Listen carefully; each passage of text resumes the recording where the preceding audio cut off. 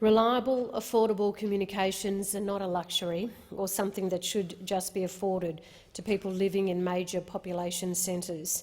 The response to COVID-19 has demonstrated, like nothing else, our reliance on effective telecommunications networks and infrastructure. People have effectively worked from home, and I expect many will continue to do so for some time. This will be part of a different way of life as we adjust to a post-COVID world. To ensure all Australians are able to do this, we must overcome the digital divide between the cities and the bush. I note with concern, Madam Acting Deputy President, there is no guarantee that this legislation will do that. I have these concerns because regional NBN investment was reduced by $200 million in the 2020 NBN corporate plan over the period from 2018 to 2022, despite the government's broadband tax being proposed in the name of regional funding. NBNCo sought to conceal this regional funding reduction, with the company subsequently offering contradictory explanations about what had occurred and why it had occurred.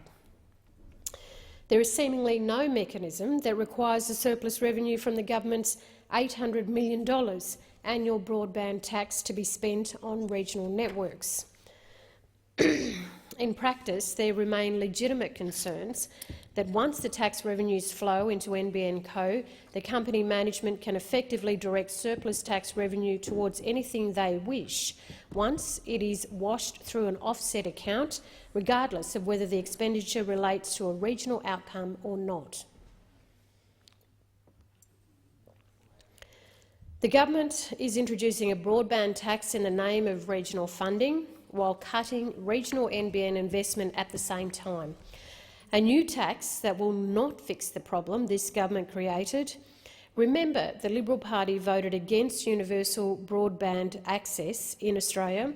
They voted against broadband in the regions, and the Liberals stood by and did nothing as NBNCo overloaded its fixed wireless towers in regional areas, leading to slow speeds and congestion. This poor decision is costing more in the long run, and it's costing consumers in the regions most of all. For example, people who live in Alice Springs, rural area, less than 10 kilometres from the Smith Street Mall in the main area, have to rely on satellite services for their digital access. These are people who run businesses, they're people who study, they're people who are students. They cannot access the same levels of service as other residents of Alice Springs. And ironically, a new subdivision in the same area of town gets fibre to the premises to all homes. Yet people living across the road don't. Well, go figure. And the digital divide is widening in the bush. Wi-Fi use is increasing in remote communities, often exceeding data allowances, but the lack of access to good basic digital infrastructure in the bush continues to be a roadblock to development. Community-led innovative and creative projects and ideas are being developed and utilised by First Nations organisations, media and creatives. Community-based content creation projects are strengthening language, culture and providing training and work opportunities. Programs that provide digital mentors to improve skills and awareness, such as in Digimob, are having really positive outcomes. Improved internet can lead to better opportunities for enterprise development and access to more affordable products and services. Better telecommunication services out bush can lead to jobs and economic development. Employment opportunities could open up in so many sectors with improved access. Telehealth, I've heard it spoken about here in the Senate. Well, let me tell you, we desperately need better services and access to that. And medicine, education, training, essential services, infrastructure support and media out in our regional and remote areas. First Nations Media Australia has long advocated for the urgent need to upgrade telecommunications services and infrastructure. First Nations media organisations are an essential service underlined by the vital role they've been playing in crafting and broadcasting relevant and appropriate messages and content to their audiences during the response to COVID-19. We have used First Nations media to assist us in the over 100 Aboriginal languages to turn the messages of the COVID-19 health messages to get that out there. This is job creation. This is essential communication.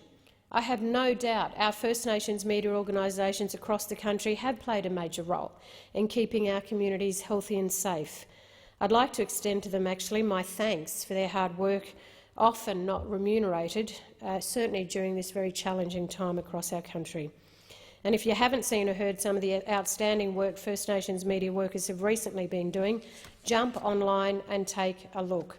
There's health-related messages in a wealth of languages, songs urging mob to wash their hands in the languages. We had about 18 languages put together very quickly in a short space of time, just about the washing of hands, animations and short skits. And the range of creativity and innovation is amazing and, in this instance, absolutely life-saving. The regional and remote First Nations broadcasters and media producers are being hampered by lack of affordable and appropriate broadband. First Nations broadcasters need access to adequate and reliable broadband. Without it, the sector will not be able to realise its full potential in the new media landscapes. Digital technologies provide the opportunity for regional and remote broadcasters and media producers to significantly enhance their operations, creating jobs and supporting economic opportunity in regions where both are often limited. Contemporary broadcasting studio and transmission equipment is internet compatible, but broadband speeds in most regional and remote communities are currently frustratingly slow, preventing access to even basic online services, let alone allowing for sharing of large media files. Some of the main strengths of our First Nations media organisations is that they are connected and that they are local, and we need to ensure they keep this connectivity. Labor is committed to a sustainable funding arrangement to support and improve NBN services in regional Australia. There is no substitute for a first-class fibre NBN with sound long-term economics to support a sustainable funding mechanism. Policymakers need to achieve a connected and inclusive digital future for remote regions. This includes improving issues of affordability, digital literacy and cyber safety, as well as overcoming the infrastructure deficit. What is evident is the need for better mobile coverage and internet access. Labor considers NBN should be able to compete on a level playing field. NBN has a unique obligation to service parts of the country that are unprofitable to serve. If it competes on an uneven playing field, it makes that task harder. We just need to be clear about what that playing field is. The amount of cross-subsidy available is to some extent dependent on how much revenue NBN generates in the fixed line footprint. When you switch from fibre, which can guarantee minimum speeds, to copper, which can't, you make that task more challenging, particularly over the medium to long term. It was disappointing that prior to the 2013 election, the Liberals encouraged other companies to deploy networks and compete directly against the NBN, with full knowledge this would undercut the NBN business model. They set out to make it incredibly difficult for the NBN and now want to introduce a tax to protect themselves against what they instigated. Universal broadband in Australia is an achievement of the Labor Party and the will of the Australian people. As we have done for over a decade, we will continue to put consumers and the regions front and centre of our policy making.